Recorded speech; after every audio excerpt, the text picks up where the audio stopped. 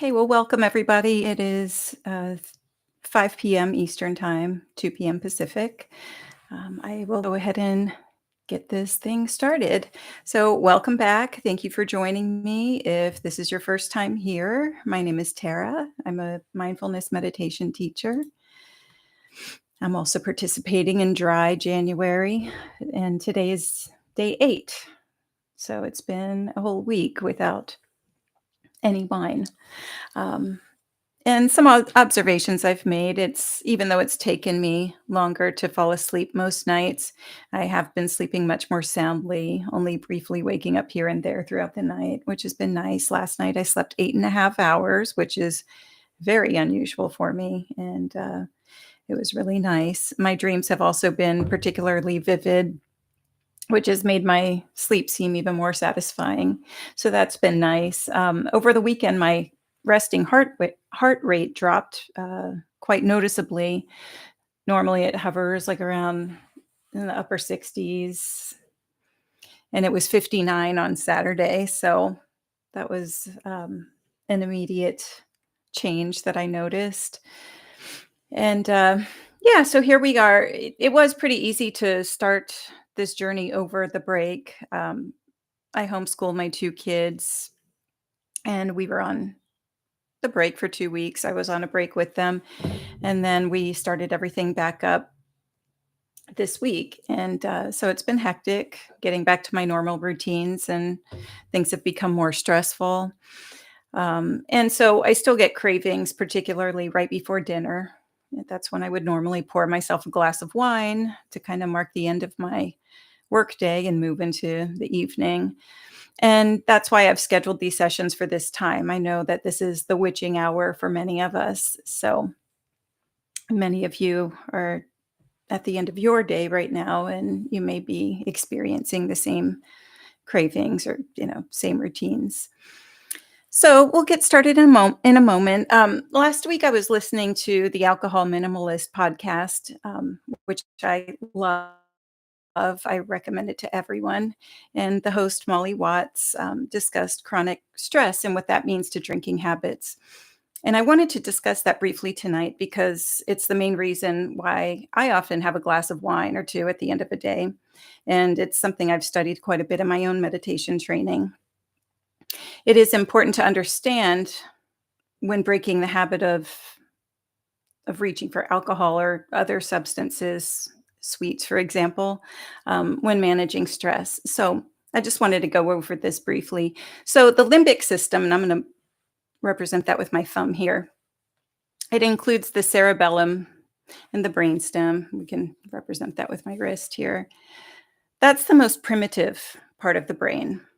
And it houses our survival instincts. So the fight, flight, freeze, not fries, freeze instinct. And it gets triggered whenever we encounter stress. So the thing is, throughout evolution, the constant need for that instinct has decreased. And the newest part of our brain, which I'll represent with these fingers, I'll kind of fold them over that part. Uh, the prefrontal cortex, that's the newest part of our brain. And that deregulates the limbic system by exercising mindfulness, as well as logic, self control, regulation, and problem solving. So, as one develops a mindfulness practice, they learn to suspend judgment and those instincts that aren't always needed. We learn to question the habit of pouring a drink after a difficult day and seek other ways to de stress and relax that are kinder to our bodies and brains. So, with that in mind, you'll notice that these meditations include a settling in period, which includes some breath work and a body scan. This is all meant to calm and anchor us into the present moment. And then I'll take us through the RAIN process for these particular meditations that I'm doing this month. And RAIN involves the R stands for recognizing any difficult feelings and cravings that are present. A stands for allowing the cravings to be present without judging them. I stands for investigating cravings and the beliefs surrounding them. And then N stands for nurturing the vulnerable parts of ourselves affected by these cravings. So we'll be going through that process in the meditation. And this is all meant to normalize any cravings or difficult feelings that are likely to arise as we go dry or reduce our drinking, or if you're dealing with another type of craving altogether, like if you're trying to cut back on sweets or trying to cut sugar out of your diet. These meditations are very valuable for those types of cravings as well. And while we do this, we keep in mind, or we let me back up for a second. While we practice rain, we keep those cravings or difficult feelings from running over us or derailing us from our intentions. So, with that in mind, we can go ahead and get started with our rain meditation. First, I invite you to find a position that will allow you to feel comfortable yet alert for the next 20 minutes.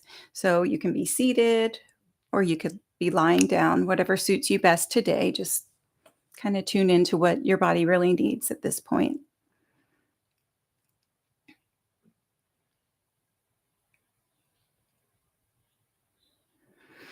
And once you get situated, you can go ahead and lower your gaze. You can either close your eyes altogether, or if you'd rather keep them open, you can just keep them focused on an object, say a couple of feet in front of you.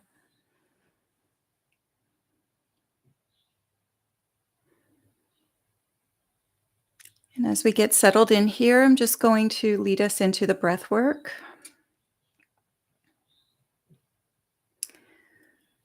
So do your best to relax any obvious areas of physical tension and then tune into your breath.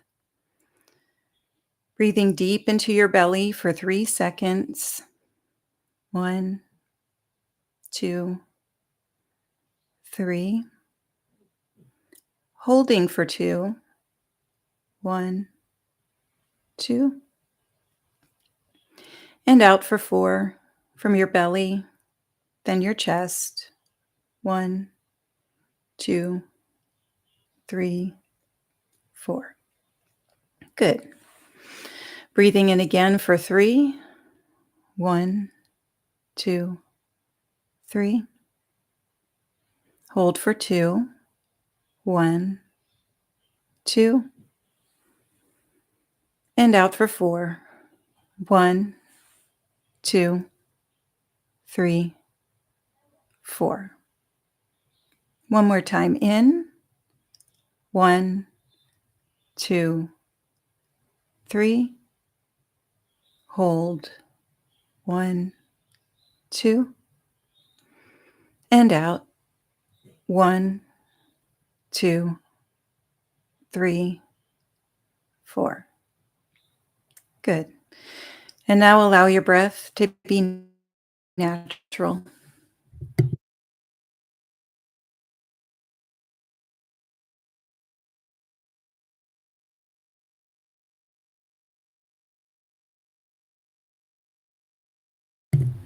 The breath is always with you, recognizing this breath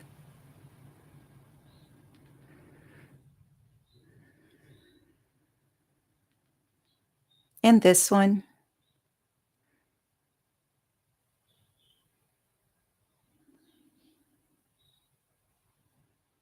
Allow your awareness of it to serve as an anchor to the present moment.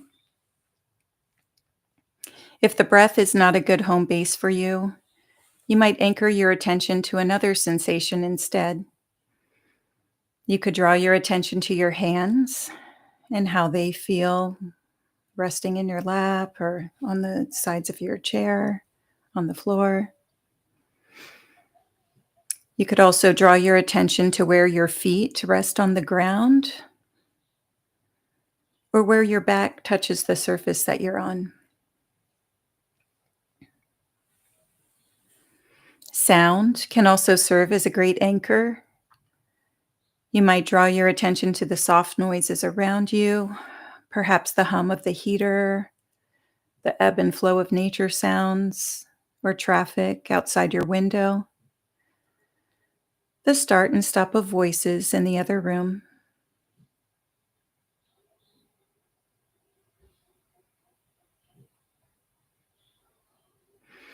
With relaxed, interested attention, discover what the sensations of your chosen anchor feel like, moment to moment.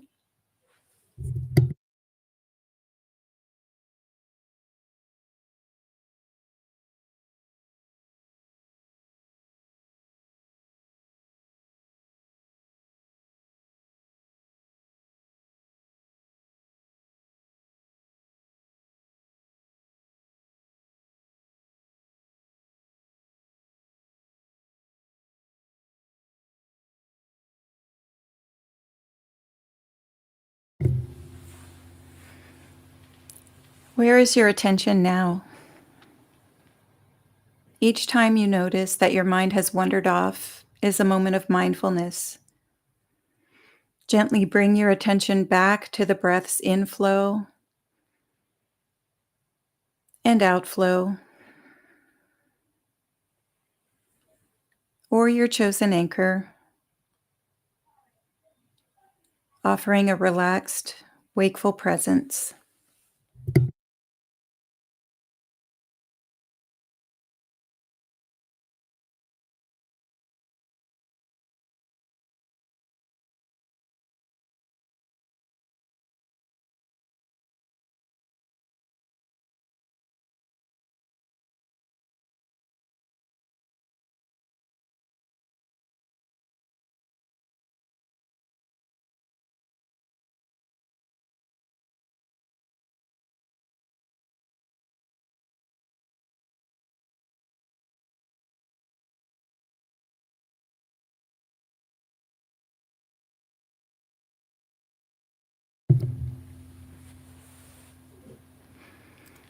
Now let's take a scan of the body, starting at the crown of your head and working your way down your face,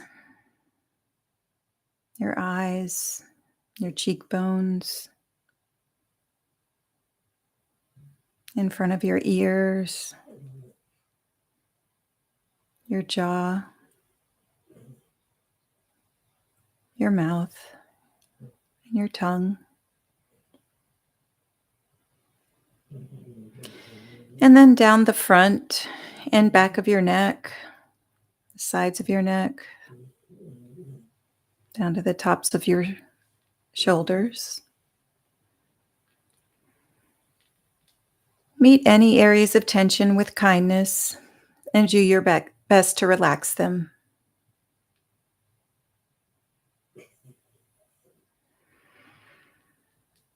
Move your attention down the shoulders, the arms and hands,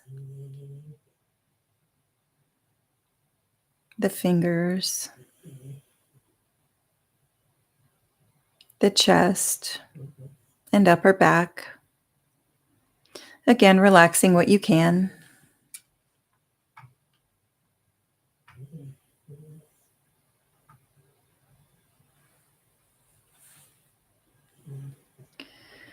Working your way down your torso and lower back into the pelvis and bottom. Continue to meet any tense areas with kindness and soften them.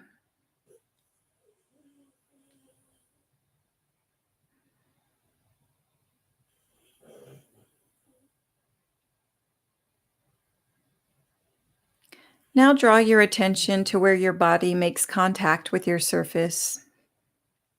Here, you might let out a sigh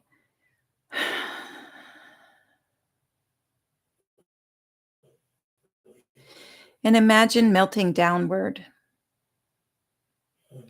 as the whole body breathes.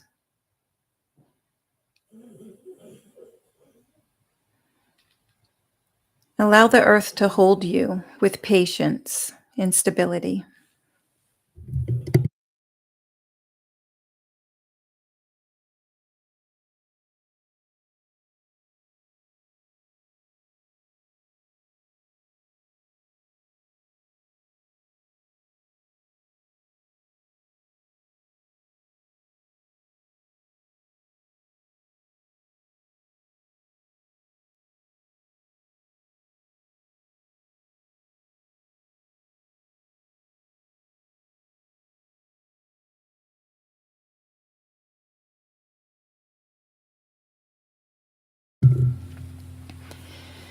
Now call to mind your intention for this month, whether it's to stop drinking altogether, to only drink on certain days, or to reduce the number of drinks you have within a given period, or to perhaps manage another habit that doesn't serve you. Visualize that intention as clearly as possible.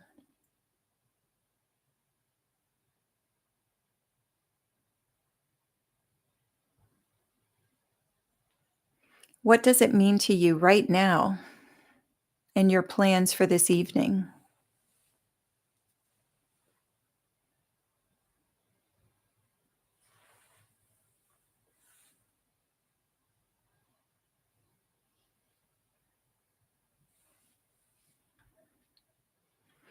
As you become aware of your intention, draw your focus to any challenging feelings that may arise in response.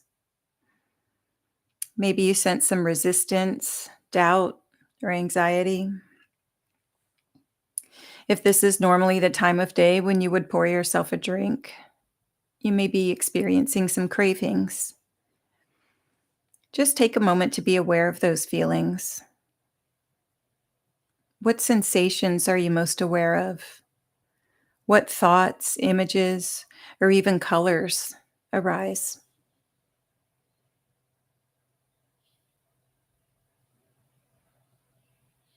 Just recognize their presence.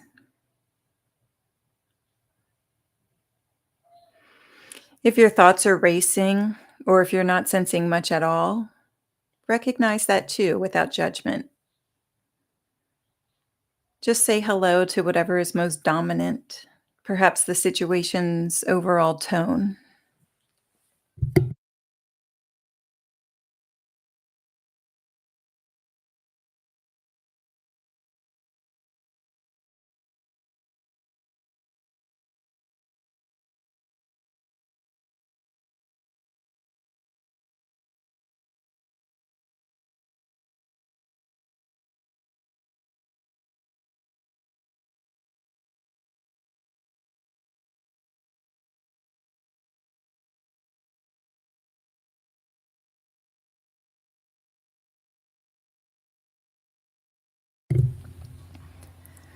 Now ask your heart to let this dominant feeling be. Find a willingness within yourself to pause and accept this moment. You might mentally whisper yes or welcome. You could offer it a seat at your table. If you find yourself saying no to the experience, you can say yes to that feeling of resistance too. Whatever's here, this belongs.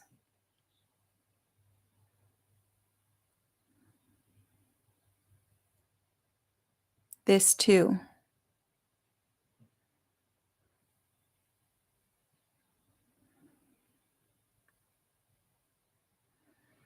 You are simply noticing what is true for you without judging or controlling.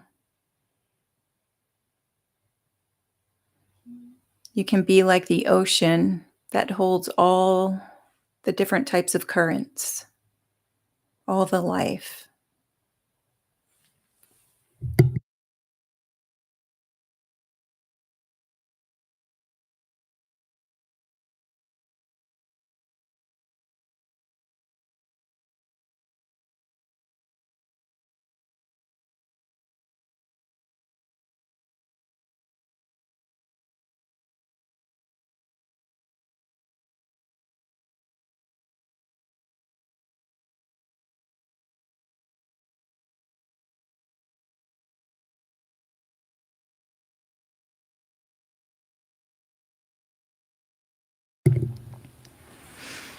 Now let's zoom in on one challenging thought or feeling, whatever is most dominant for you at this moment.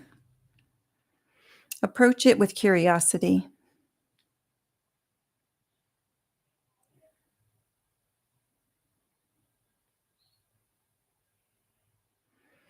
Explore this thought or feeling more deeply. as if you're holding a magnifying glass to it. What does it believe? What stories does it tell you?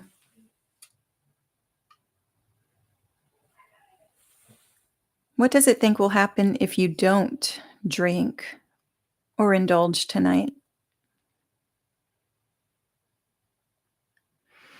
If you could personify this feeling, what would it look like? How old are they?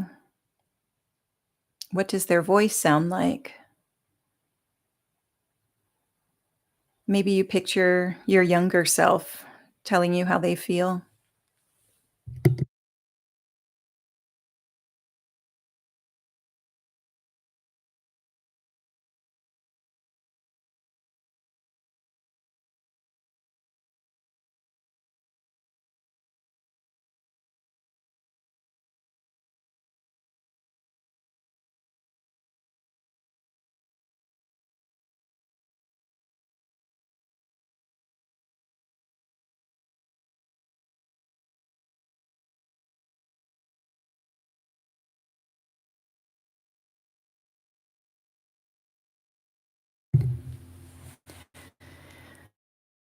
Now draw your attention to the breath, breathing naturally, and take another quick scan of your body.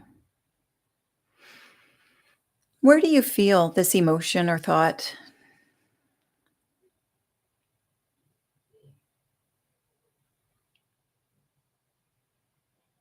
How does it feel? You might name any physical sensations associated with it, such as tightness, throbbing, burning, heaviness.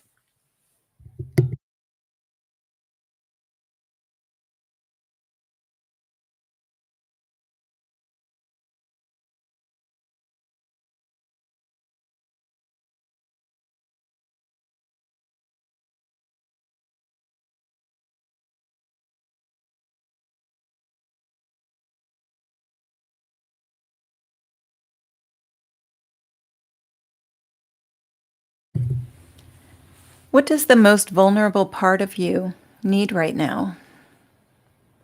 How does it want you to be with it?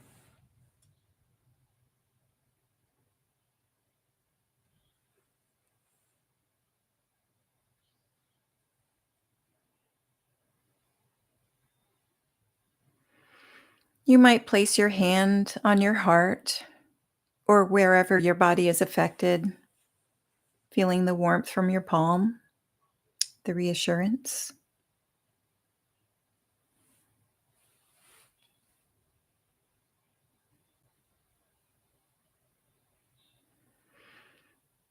If you imagined your younger self earlier, you might imagine pulling them onto your lap and embracing them.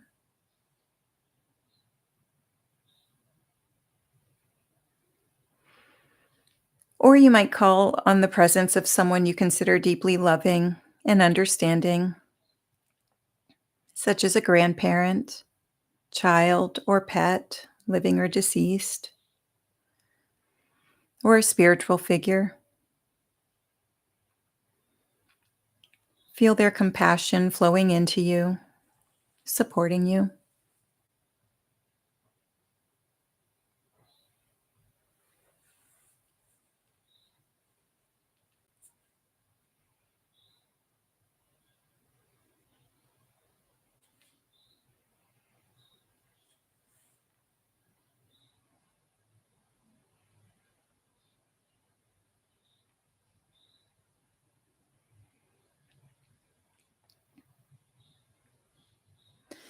And now you might offer yourself some loving kindness statements. May I be happy. May I be healthy. May I be free from inner and outer harm.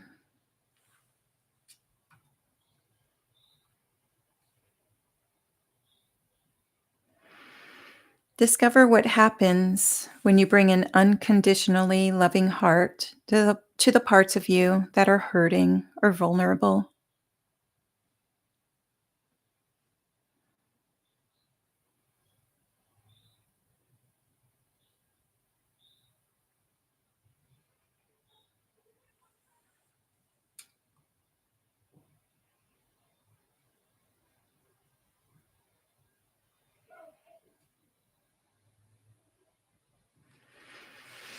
And to close our practice, call to mind one success you've had since you started this journey.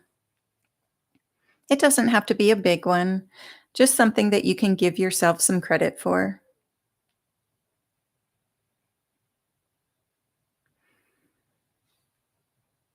Imagine yourself holding a picture of it and smiling upon it.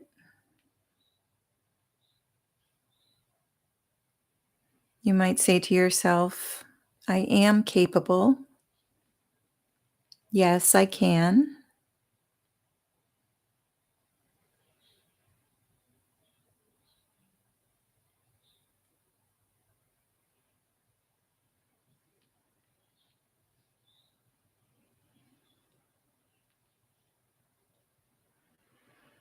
Now envision a big gold sun above you, bathing you in its bright, warm rays. And rest here in possibility for a minute. I'll prompt you at the end of the meditation.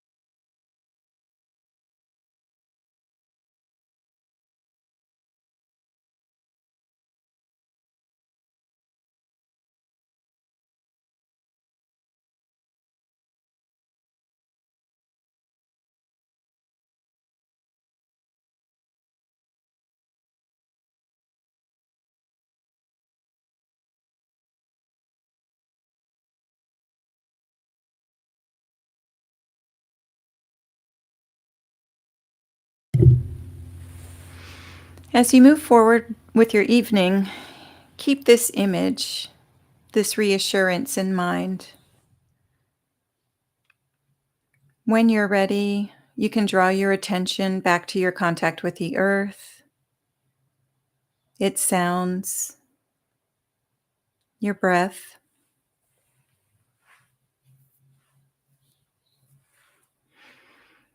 If you haven't, you may now open your eyes, first taking in your peripheral vision and then the sights in front of you.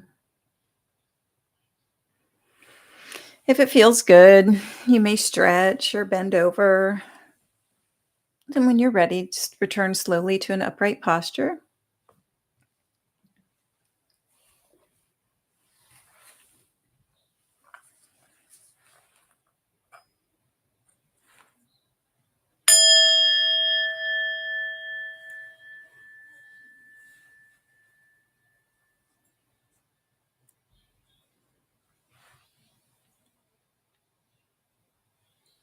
Thank you, everybody. Namaste.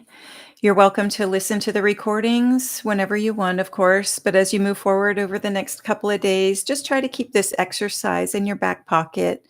So if you feel a craving arise or a difficult emotion, just pause for a moment, tune into your breath or another anchor that we've practiced. Remember that when you experience cravings or difficult emotions, they are perfectly natural. The best thing to do is to recognize their presence and then allow them to be there without judging yourself for them.